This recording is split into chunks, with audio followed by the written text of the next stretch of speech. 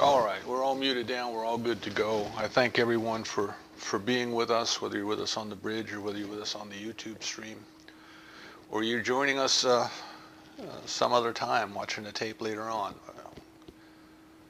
There's no time in the mind of God, so we're all together. We're all one. And we've come together this day for the purpose of our spiritual growth. Our spiritual growth being that which leads us into a greater experience of the presence of the divine. That's how I define spiritual growth.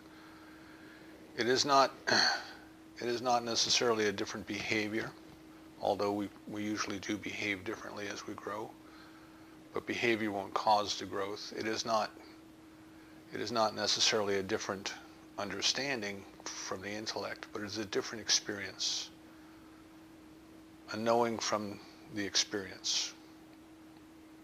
So with that in mind, let's come together and set into the law of mind, our intention for this day, our intention for this hour that we're going to spend together.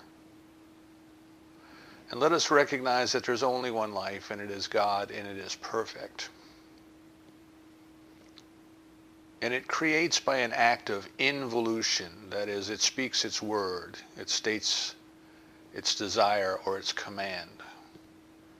In terms of the book of Genesis, God says, let it be. And there is. And then the creation unfolds through the process of evolution, in iterations, constantly growing, constantly moving, constantly changing. And you and I, we are the evolution of God's idea that there would be beings made in its image and likeness. That there would be beings that are a unique, individualized expression of the divine. That God may shine forth its light and its love and its joy in some unique way through us and as us. And God might experience its own creation in some unique way through us, as us.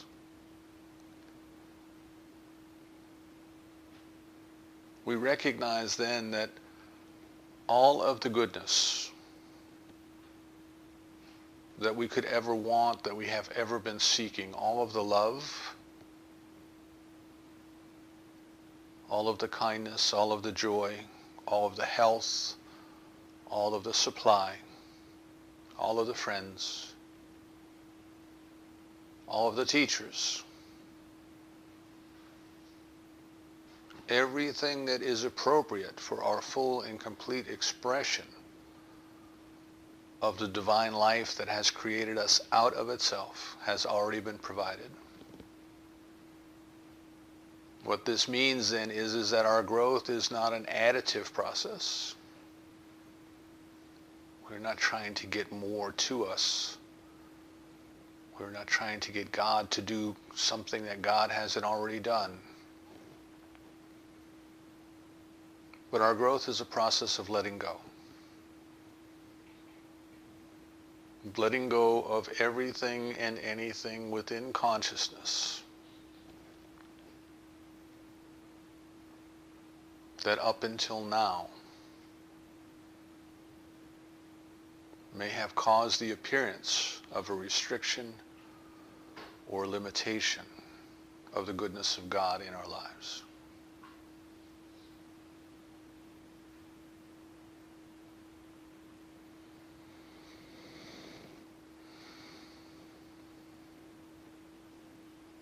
We consider what Emma Curtis Hopkins calls the inevitableness of God, the immutableness of God. We allow the divine presence within us, the truth, the light, to dissolve, to remove every and any idea in consciousness unlike itself. And we cooperate fully and consciously with this divine action by deliberately identifying and releasing those ideas and beliefs that no longer serve us. Those ideas and beliefs that get in the way of our unfoldment.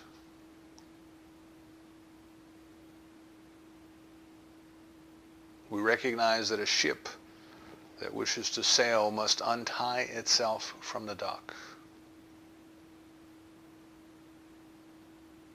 And we untie ourselves from every and anything that we have allowed to hold us back. We are grateful to know that we don't have to do this entirely on our own,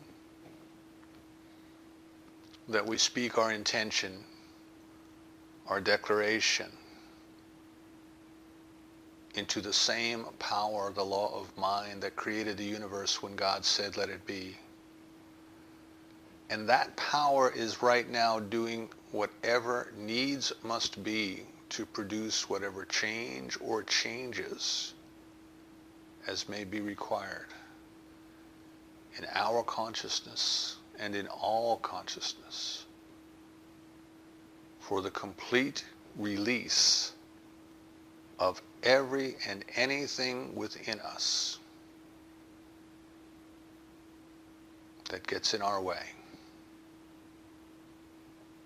We accept a deeper, a fuller experience of the presence of God in, as, and through us this very minute, this very day.